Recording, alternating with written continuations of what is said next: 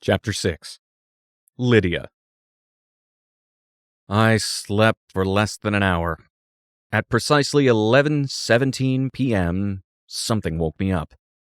I didn't notice at the time, but this had been the exact moment of my birth, 25 years before. I sat up, fluffed my pillow, and turned on my side. On the way over, something caught my eye. The apartment was dark, but I could see a female form sitting on the edge of my bed.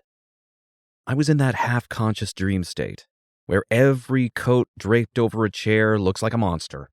Still, no object in my bedroom looked quite like that. I sat up and tried to focus.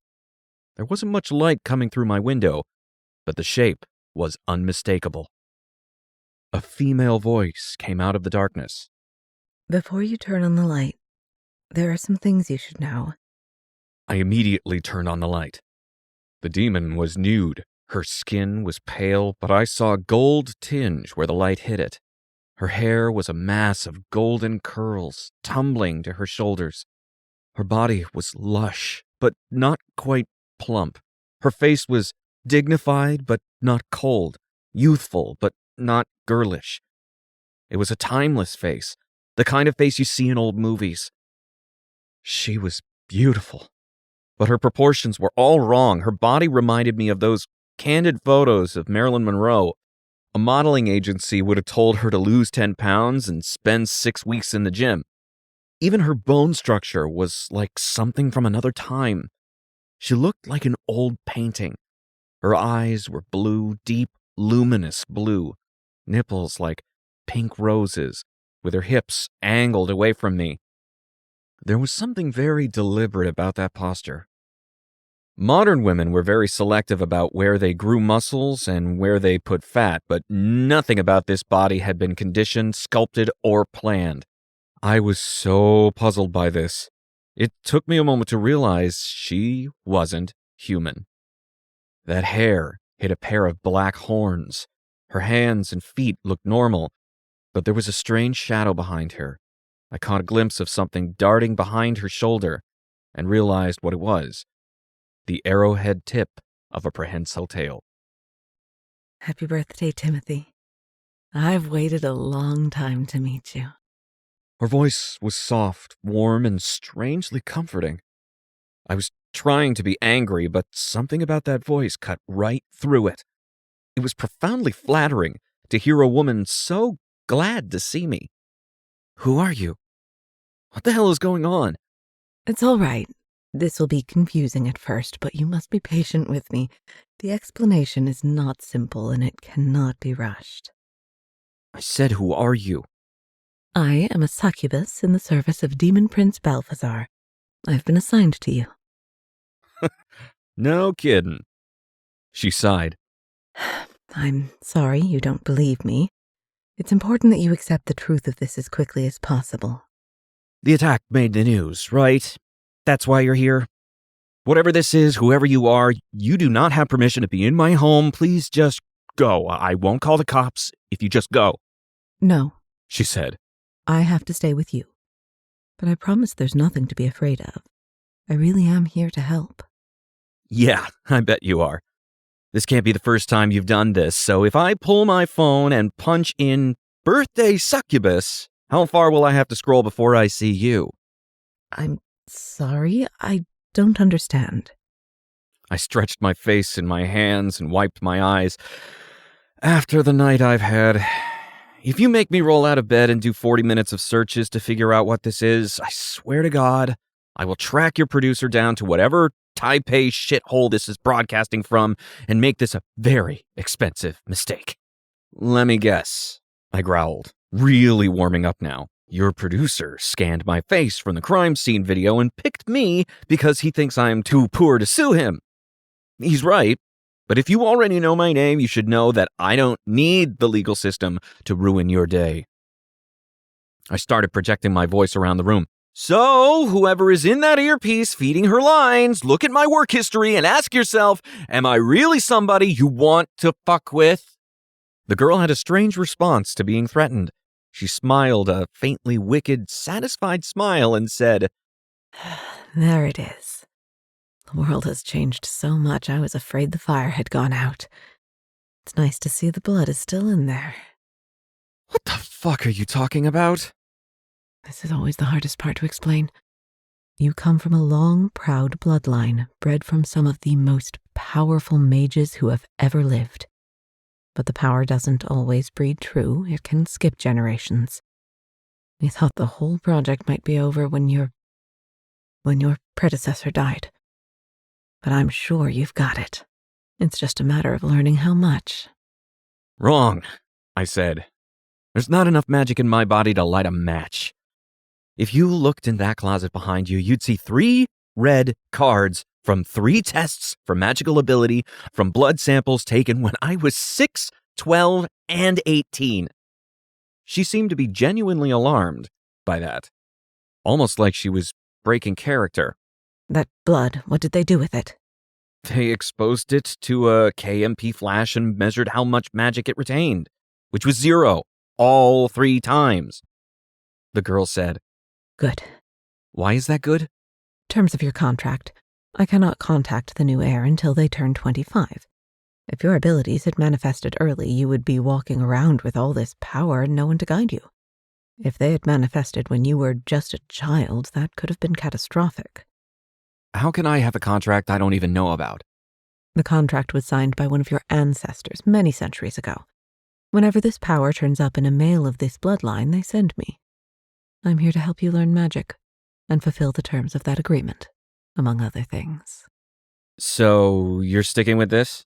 You insist that you're a demon? I'd have to look it up, but aren't succubi supposed to sneak up and ride men in their dreams? Why are we even talking? I swear she scoffed at me. I am not allowed to touch you without permission. You have to ask for me, very clearly. And loudly for the microphone, right? She didn't blink. I changed my mind. You're not a witch. You're a law student. Look, if this isn't just a monkey's paw thing, if you're waiting for explicit permission, you might as well go. What kind of man agrees to this? You'd have to be the dumbest, most desperate motherfucker on earth to... I know you are testing me tonight, she interrupted. But you should not insult the character or the intelligence of the men who came before you. The first night they called for me was the beginning of a long and loving partnership 7 times so far. That one got me. Totally flat-footed. The tone was wrong. The content was wrong. It made no sense at all. Why are you adding emotional complications to a seduction script? Is this some real-time AI bullshit? Is this production even cheaper and lazier than I thought? Seduction script? You think I'm some kind of actress. That's flattering, but I assure you I am not a human woman. I can prove that very quickly, with your permission. I really should be calling the cops. And why haven't you done that? She called my bluff immediately, like she had heard this 1,000 times before. Because I've already talked to the cops once tonight. I've already been involved in 1 demon attack. So if I call this cop and tell him there's another one, he's gonna bring everybody. Blue Star Stefan is gonna throw down in my living room and destroy half this building. My furniture is nothing but glue and particle board. Nothing in this apartment can survive a super fight. Least of all me. I have no savings and no insurance. I have equipment in here that I cannot afford to replace, holding data, caches that have never been properly backed up. So, if you really are a demon, do you think you could maybe wait outside and fight them on the lawn? Maybe try to aim whatever hellfire shit you do away from things that I own? And could you maybe fight them at an angle, so when they fire bullets back at you, they don't punch straight through my home? I didn't come here to fight anyone. Right. You came here to fuck my brains out and be my best friend forever. I keep forgetting. Has anyone ever called you on this? Has anyone ever told you how insulting this is, to assume a man is just gonna go along with this? It was hard to see her face in the shadows, but that one really seemed to hurt. I was afraid of something like this, she said. I've been gone so long I don't understand how your society works, so my usual approach has offended you. Your usual approach? Okay, fine. I'll engage with your backstory. You say you're a succubus. when's the last time you were on Earth? She answered, 1986. So you've been gone 72 years, and you have no idea what's been happening in the world since? She shook her head.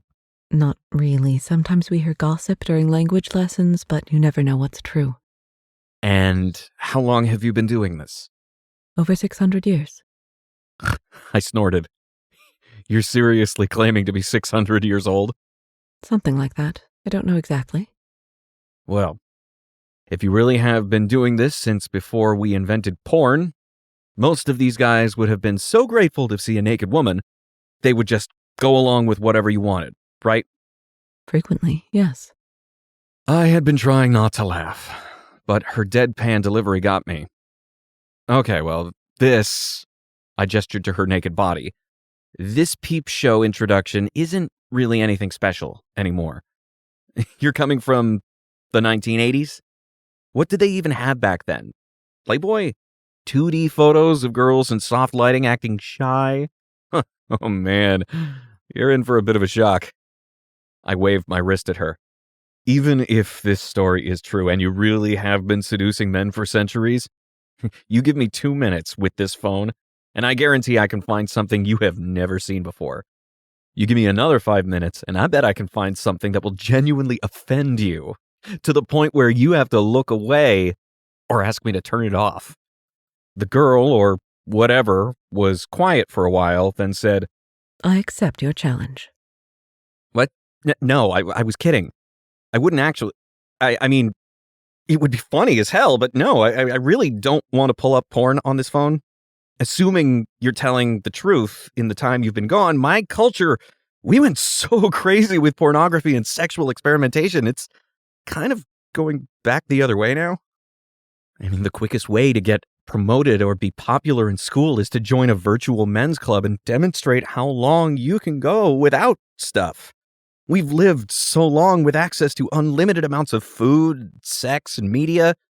The only way to be special is to prove how long you can go without it.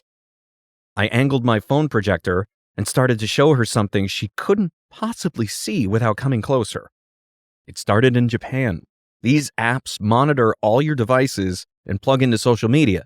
So if you break your streak or miss a day, they can publicly shame you in front of all your friends. You can get points for cutting carbs or going to the gym, or in my case, if I can go 8 more days without pulling up tits on my phone, I can get a free sandwich. Azael made me watch this part over and over again. Why was I talking so much? Why was I staying in bed? Why had I gone so long without calling the police? He knew damn well why, but he wouldn't stop until he made me say it. I told him first if she was a demon.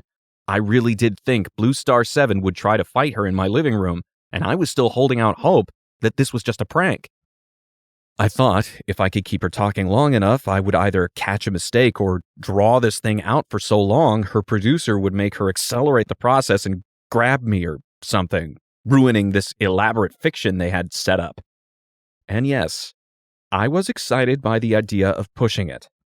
Nobody's immune to a naked girl, but I didn't just want to roll over like some chump.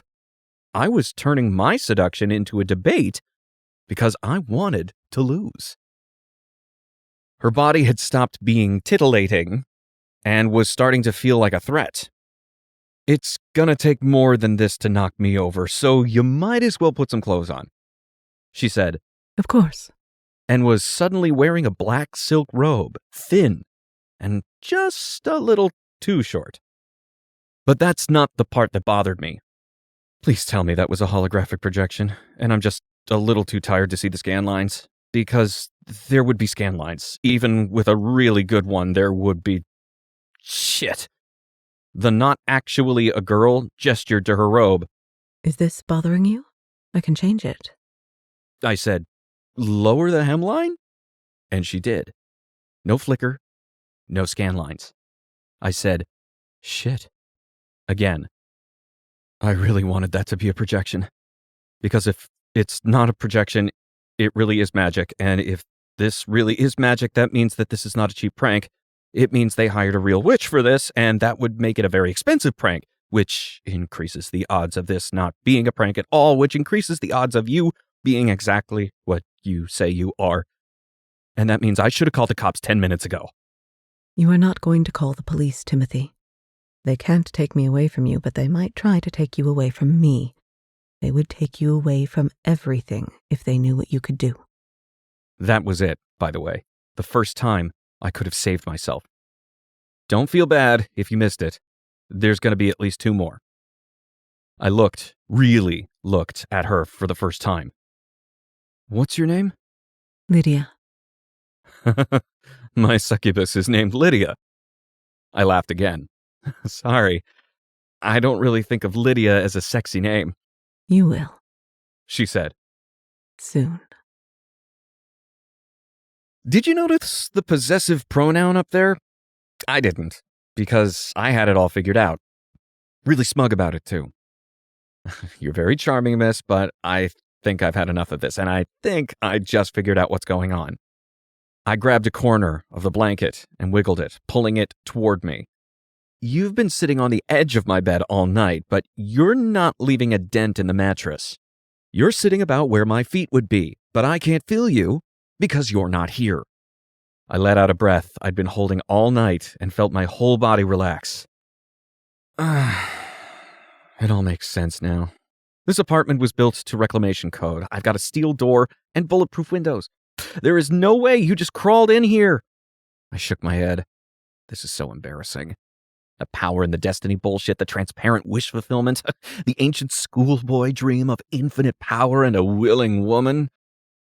It's all so childish, but hey, I got my chest sliced open by a demon tonight. I have never been more scared in my life. I can barely keep my eyes open, recovering from 3 adrenaline dumps and a broken heart. I risked my life tonight, and all I did was prove to 8 decimal places that my ex-girlfriend doesn't love me anymore. God knows what kind of PTSD I'm going to wake up with, but right now, my subconscious is trying to help. It took all of these frustrating, terrifying things and reworked them into a whole new story to make everything feel all right. I'm dreaming, Lydia. I've been dreaming since you got here. I don't remember what movie I pulled your face from, but thanks. This was kind of fun. Exhausted, I turned my back on her, turned my bedside light off, and went back to sleep.